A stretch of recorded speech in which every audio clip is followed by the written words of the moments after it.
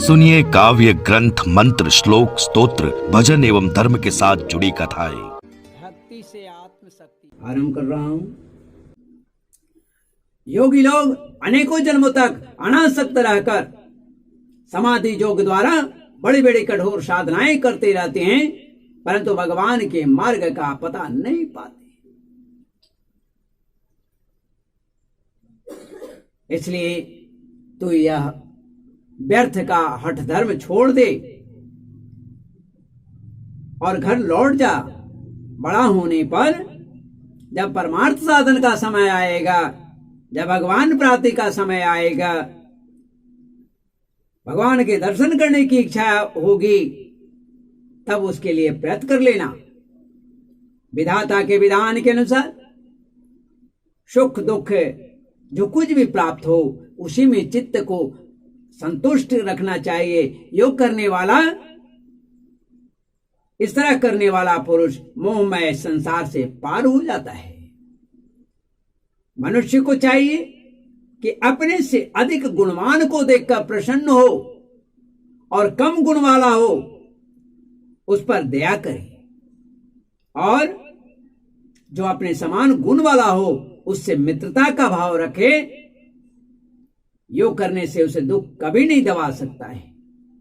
तब ध्रुव कहते हैं नारायण से, क्षमा करें, नारद जी से कि भगवान सोयम समो भगवता सुख दुख हतात्मना दर्शित कृपया पुंसां दुर्दर्शोस्म द्विधैस्तुजः।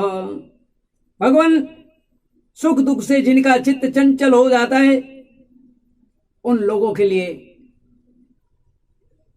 आपने कृपा करके शांति का यह बहुत अच्छा उपाय बता दिया, बहुत अच्छा उपाय बतलाया, परंतु मुझ जैसे अज्ञानियों की दृष्टि यहां तक नहीं पहुंच पाती है। अथापि मे विनितस्य छात्रम गौरमुपेयुष सुरुच्या दुर्वचो वाणर्न भिन्ने श्रेयते हृदय। इसके सिवा मुझे घोर क्षत्रिय स्वभाव प्राप्त हुआ है, अतः मुझ में विनय का प्राय अभाव है। सुरुचि ने अपने कटुवचन रूपी बाणों से मेरे हृदय को विदीर्ण कर दिया है, जिसके फलस्वरूप इसीलिए उसमें आपका यह उपदेश नहीं ठहरता है। भगवान नहीं ठहरता है।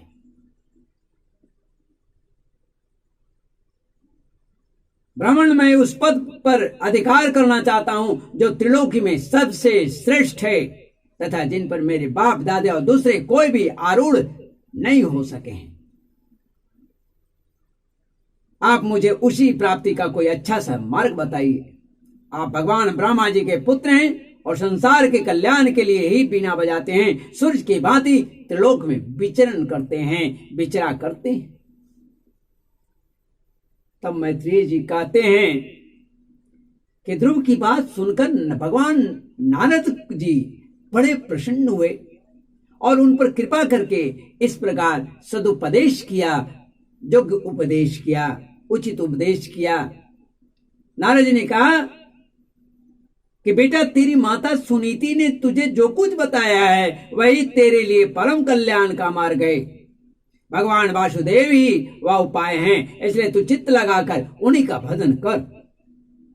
जिस पुरुष को अपने लिए धर्म, अर्थ, काम और मोक्ष रूप पुरुषार्थ की अभिलाषा हो, उसके लिए उसकी प्राप्ति का उपाय एकमात्र श्री हरि के चरणों का सेवन ही है।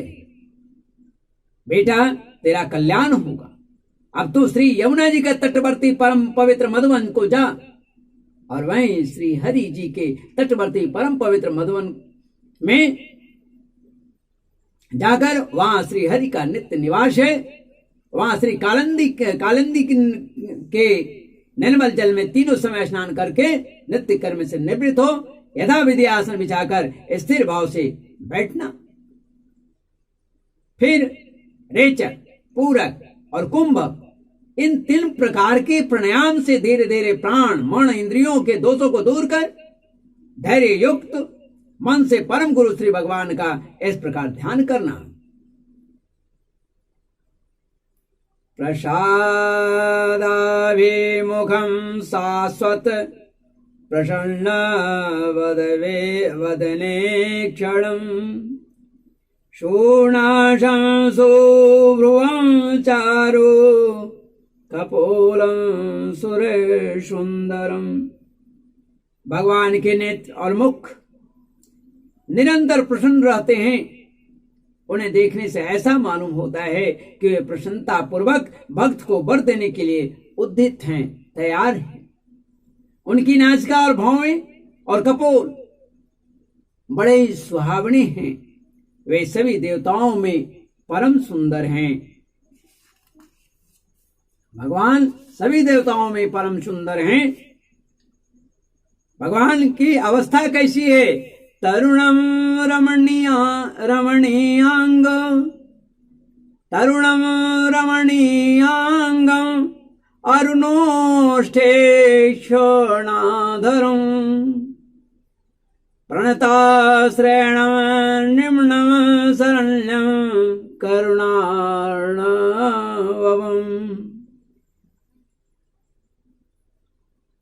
उनकी तरुण अवस्था है। सभी अंग बड़े सुडौल हैं, लाल लालोट और रत्नारे नेत्र हैं। वे प्रणत जनों को आश्रय देने वाले हैं। अपार सुखदायक शरणागत वत्सल और दया के समुद्र हैं। उनके वक्षस्थल में श्री वत्स का चिन्ह है। उनका शरीर सजल जलधर के समान श्याम वर्ण है। जलधर अर्थात सागर के समान नीला है। वे परम पुरुष श्याम सुंदर गले में बनमाला धारण किए हुए हैं। उनकी 4 भुजाएं जिसमें शंख चक्र गदा और पद्म सुशोभित है। उनके अंग प्रत्यंग जो हैं किरीट, कुंडल, केयूर और कंकणादि आभूषणों से विभूषित है। गला कौस्तुभ मणि की भी शोभा बढ़ा रही है तथा शरीर में रेशमी पीतांबर है। भगवान के कटी प्रदेश में कांचन की करधनी और चरणों में सुवर्णमय नुपुर पैजनी सुशोभित है। भगवान का स्वरूप जो है बड़ा ही दर्शनीय है, शांत है तथा मन और नैनों को आनंदित करने वाला है।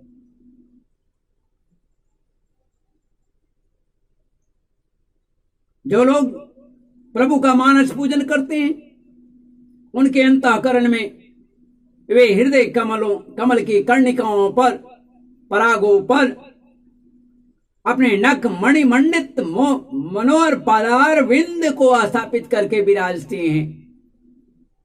इस प्रकार धारणा करते करते जब चित्त स्थिर और एकाग्र हो जाए तब उन वरदायक प्रभु का मन ही मन इस प्रकार ध्यान करे कि वे मेरी ओर अनुराग भरी दृष्टि से निहारते हुए मंद मंद मुस्कुरा रहे हैं। बोलिए श्री लक्ष्मी नारायण भगवान की जय। वे मंद मंद मुस्कुरा रहे हैं। भगवान की मंगलमयी मूर्ति का इस प्रकार निरंतर ध्यान करने से शीघ्र ही परमानंद में डूबकर तल्लीन हो जाता है और फिर वहां से वह लौटता नहीं। नारद जी कहते हैं जप्य परमो गुह्य श्वेता में नृपात्मज यं सप्तरात्रं प्रपठन पुमान् पश्यति खेचरान्। राजकुमार, उस ध्यान के साथ जिस परम गुह्य मंत्र का जप करना चाहिए वह भी तुम्हें बतलाता हूं, सुन। इसका 7 रात जप करने से मनुष्य आकाश में विचरने वाले सिद्धों का दर्शन करता है। इनका 7 रात जप करने चाहिए, अर्थात सुबह और शाम लगातार निरंतर 7 रात तक, दिन रात तक जप करने से। और वह मंत्र है ओम नमो भगवते वासुदेवाय। ओम नमो भगवते वासुदेवाय। ओम नमो भगवते वासुदेवाय। ओम नमो भगवते वासुदेवाय। वो मंत्र है। नारद जी ने कहा कि वो मंत्र क्या है? ओम नमो भगवते वासुदेवाय। किस देश और किस काल में कौन सी वस्तु उपयोगी है, इसका विचार करके बुद्धिमान पुरुष को इस मंत्र के द्वारा तरह तरह की सामग्रियों से भगवान की द्रव्यमयी पूजा करनी चाहिए। जिस प्रदेश में वह विराजमान है वहां क्या मुझे मिल सकता है, कौन से पुष्प मुझे मिल सकते हैं, कौन से फल मिल सकते हैं, कौन सी बस सामग्रियां मुझे उपलब्ध हो सकती है, उन्हीं सामग्रियों से भगवान का नारायण का पूजन करे। इससे ही कल्याण होगा। वहां पर किस तरह के मंत्र का प्रयोग करना है यह विचार करके कार्य करनी है। प्रभु का पूजन, प्रभु का पूजन विशुद्ध जल, पुष्पमाला, जंगली फूल और फलादि, पूजा में वेद, दुर्वादि अंकुर, वन में ही प्राप्त होने वाले बलकल वस्त्र और उनकी प्रेसी तुलसी से करना चाहिए। यदि शिला आदि की मूर्ति मिल सके तो उसमें, नहीं तो पृथ्वी में या जल आदि में ही भगवान का पूजा करे। सर्वदा संयम चित्त होकर की, मननशील होकर की, शांत होकर की और मौन रहे तथा जंगली फल मूल आदि का परिमित आहार करे। जितना में वह जी सके वैसा भोजन करे, परिमित आहार करे। इसके सिवा पुण्य कृति श्री हरि अपनी अनिर्वचनीय माया के द्वारा अपनी इच्छा से अवतार लेकर जो मनोहर चरित करने वाले हैं उनका मन चिंतन करना चाहिए। चिंतन करता रहे। प्रभु की पूजा के लिए जिन जिन उपचारों का विधान है, जिन जिन चीजों से पूजा की जा सकती है, जो विधान है किया गया है, उन्हीं मंत्र मूर्ति श्री हरि को द्वादश अक्षर मंत्र के द्वारा ही अर्पण करे। कोई मंत्र नहीं आता है। ओम नमो भगवते वासुदेवाय पुष्पादि पुष्पम समर्पयामि, उन्हीं मंत्रों से केवल करता चला जाए, श्री हरि उसे स्वीकार करेंगे। इस प्रकार जब हृदय स्थित हरि का मन, वाणी और शरीर से भक्ति पूर्वक पूजन किया जाता है, तब वे निश्चल भाव से भली भांति भजन करने वाले अपने भक्तों के भाव को बढ़ा देते हैं। उसके बाद अपने भक्तों के भाव को और बढ़ा देते हैं और उसमें तल्लीनता आने लगती है और उन्हें उनकी इच्छा के अनुसार धर्म, अर्थ, काम तथा अथवा मोक्ष रूप कल्याण प्रदान करते हैं। जो जैसी कामनाओं से भगवान का पूजन करता है, ध्यान करता है, आराधना करता है, उसी के अनुसार उसे वह चीज प्राप्त हो जाती है, प्राप्त होने लगता है। यदि उपासक को इंद्रिय संबंधी भोगों से वैराग्य हो गया है,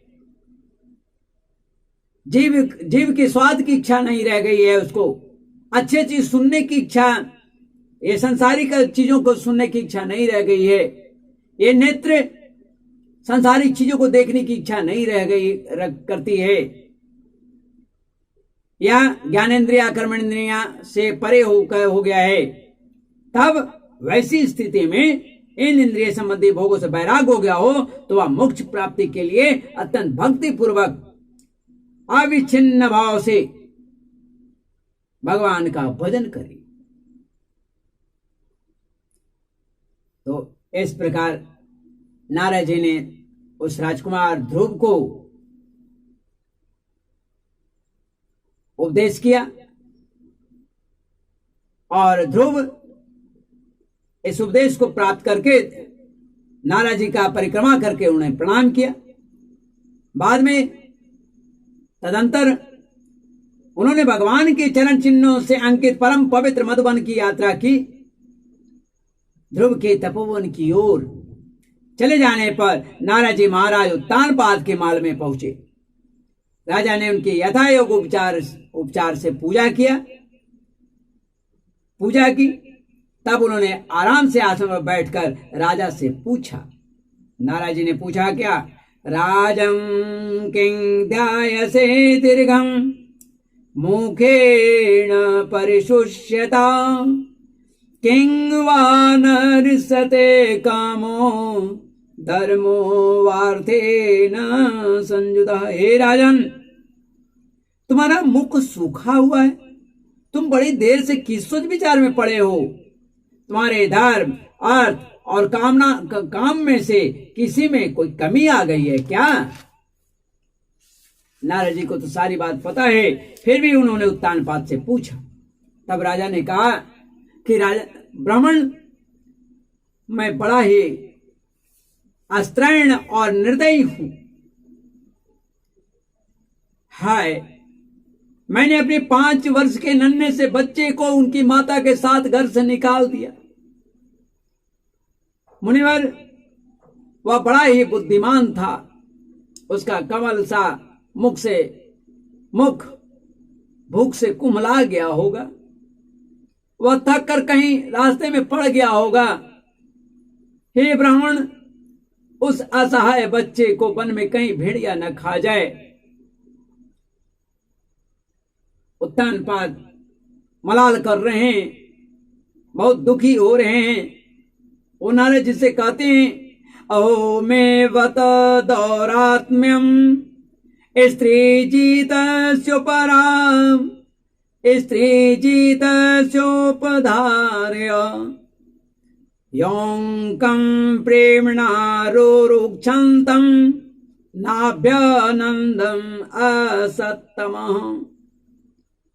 ओ, मैं कैसा स्त्री का गुलाम हूं, मेरी कुटिलता तो देखिए। वह बालक प्रेम बस मेरी गोद में चढ़ना चाहता था कि तो मुझ दुष्ट ने उसका तनिक भी आदर नहीं किया और उसे घर से निकाल दिया, गोद से गिरा दिया। नारद जी ने कहा, राजन, तुम अपने बालक की चिंता मत करो, उसके रक्षक भगवान है। तुम्हें उसके प्रभाव का पता नहीं है, उसका यश सारे जगत में फैल रहे। वह बालक बड़ा समर्थ है और जिस काम को बड़े बड़े लोकपाल भी नहीं कर सके, उसे पूरा करके वह शीघ्र ही तुम्हारे पास लौट आएगा। उसके कारण तुम्हारा यश भी बढ़ेगा।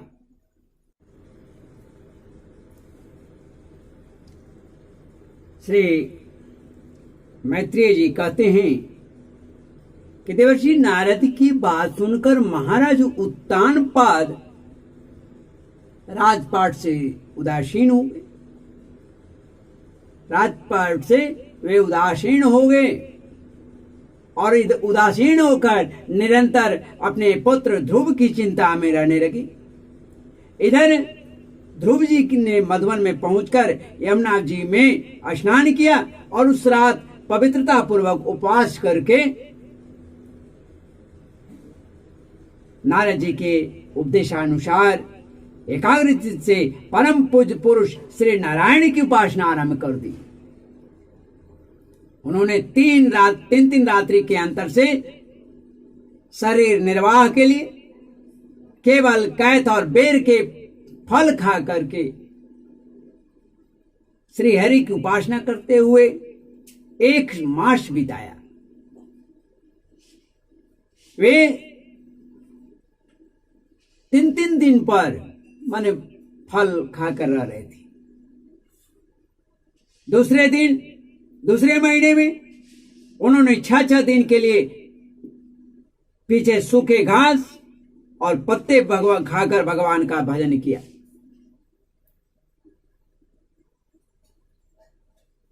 तीसरे महीना में 9 दिन पर केवल जल पीकर समाधि योग के द्वारा श्री हरि की उपासना करते हुए बिताया। चौथे महीने जब हुआ तो उन्होंने श्वास को जीत लिया। श्वास को जीतकर 12 दिन के बाद केवल वायु पीकर 12 दिन तक वे सांस रोक रखे थे और 12 दिन के बाद वे वायु पीकर ध्यान योग द्वारा भगवान की आराधना की। 5वें महीने के समय आया। 5वां मास लगने पर राजकुमार ध्रुव श्वास को जीतकर पर ब्रह्म का चिंतन करते हुए पैर से खंबे के समान निश्चल भाव से खड़े हुए। उन्होंने एक पैर पर खड़ा हो गया और उस समय उन्होंने शब्द आदि विषय, इंद्रिय आदि के नियामक अपने मन को सब ओर से खींच लिया तथा हृदय स्थित श्री हरि के स्वरूप का चिंतन करते हुए चित्त को किसी दूसरे ओर नहीं जाने दिया। जिस समय उन्होंने महद आदि संपूर्ण तत्वों के आधार तथा प्रकृति और पुरुष के भी तेज को न सह सकने के कारण, क्षमा करें, प्रकृति और पुरुष के भी अधीश्वर पर ब्रह्म की धारणा की, और जैसे ही उन्होंने भगवान नारायण की धारणा किया, स्थिति क्या थी? उनके तेज को न सह सकने के कारण तीनों लोग कांप उठे। जब राजकुमार ध्रुव एक पैर से खड़े हुए तब उनके अंगूठे से दबकर आधी पृथ्वी इस प्रकार झुक गई जैसे किसी गजराज के चढ़ जाने पर नाव झुक गई हो। नाव पथ पथ पर दाएं बाएं ओर डगमगाने लगती है। ध्रुव जी ने अपने इंद्रिय द्वार तथा प्राणों को रोकन अनन्य बुद्धि से विश्व आत्मा श्री हरि का ध्यान करने लगे। इस प्रकार उनकी समष्टि प्राण से अभिन्नता हो जाने के कारण, यानी भगवान में और ध्रुव में कोई अंतर नहीं रहने के कारण, भगवान में अपनी आत्मा की तारतम्य को जोड़ देने के कारण स्थिति क्या थी? सभी जीवों का श्वास रुक गया। श्वास प्रश्वास जो है, श्वास का आना और जाना जो है, ये दोनों ही रुक गया। इससे समस्त लोकपालों, समस्त देवताओं, समस्त जीवों को बड़ी पीड़ा हुई और वे सब घबरा कर श्री हरि के चरणों में गए और श्री हरि से कहा, देवताओं ने भगवान से कहना शुरू किया, नैवं विदाम भगवन् प्राणरोधम चराचरस्या किल सत्वधाम्ना विधेहि तन्नो वृजिनाति मोक्षं प्राप्ता वयं त्वं शरणं शरण्यम्। देवताओं ने कहा कि भगवान समस्त अस्थावर जंगम जीवों के शरीर का प्राण एक साथ रुक गया है, ऐसा तो हमने कभी पहले अनुभव नहीं किया है, पहले कभी अनुभव नहीं किया है। आप शरणागतों की रक्षा करने वाले हैं, अपनी शरण में आए हुए लोगों को इस दुख से छुड़ाइए। तब भगवान ने कहा, मां भैष्टबालम तपसो निवर्तयिष्ये प्रतियात स्वधाम यत्तो हि वा प्राण निरोधयासि दोत्तान पादिर्मयि संगतात्मा। श्री भगवान ने कहा कि देवताओं, तुम डरो मत। उत्तान पाद के पुत्र ध्रुव अपने चित्त को मुझ विश्वात्मा में लीन कर दिया है। इस समय मेरे साथ उसकी अभेद धारणा सिद्ध होने के कारण, अभेद धारणा सिद्ध हो जाने के कारण, इसी से उसके प्राण निरोध से, प्राण के रोक देने से तुम सभी के प्राण रुक गया है, तुम लोग सभी का श्वास रुक गया है। अब तुम अपने अपने लोकों को जाओ, मैं उस बालक को इस दुष्कर तप से निवृत्त कर दूंगा, छुड़ा दूंगा। इस प्रकार इति श्रीमद्भागवते महापुराणे पारमहंस्यां संहितायां चतुर्दश स्कंदे ध्रुव चरित्रे अष्टमोऽध्याय अर्थात ध्रुव का चरित्र 8वां अध्याय श्रीमद्भागवत महापुराण के प्रथम खंड के चतुर्थ स्कंद से हिंदी में यहाँ समाप्त होता है खा के रूप में।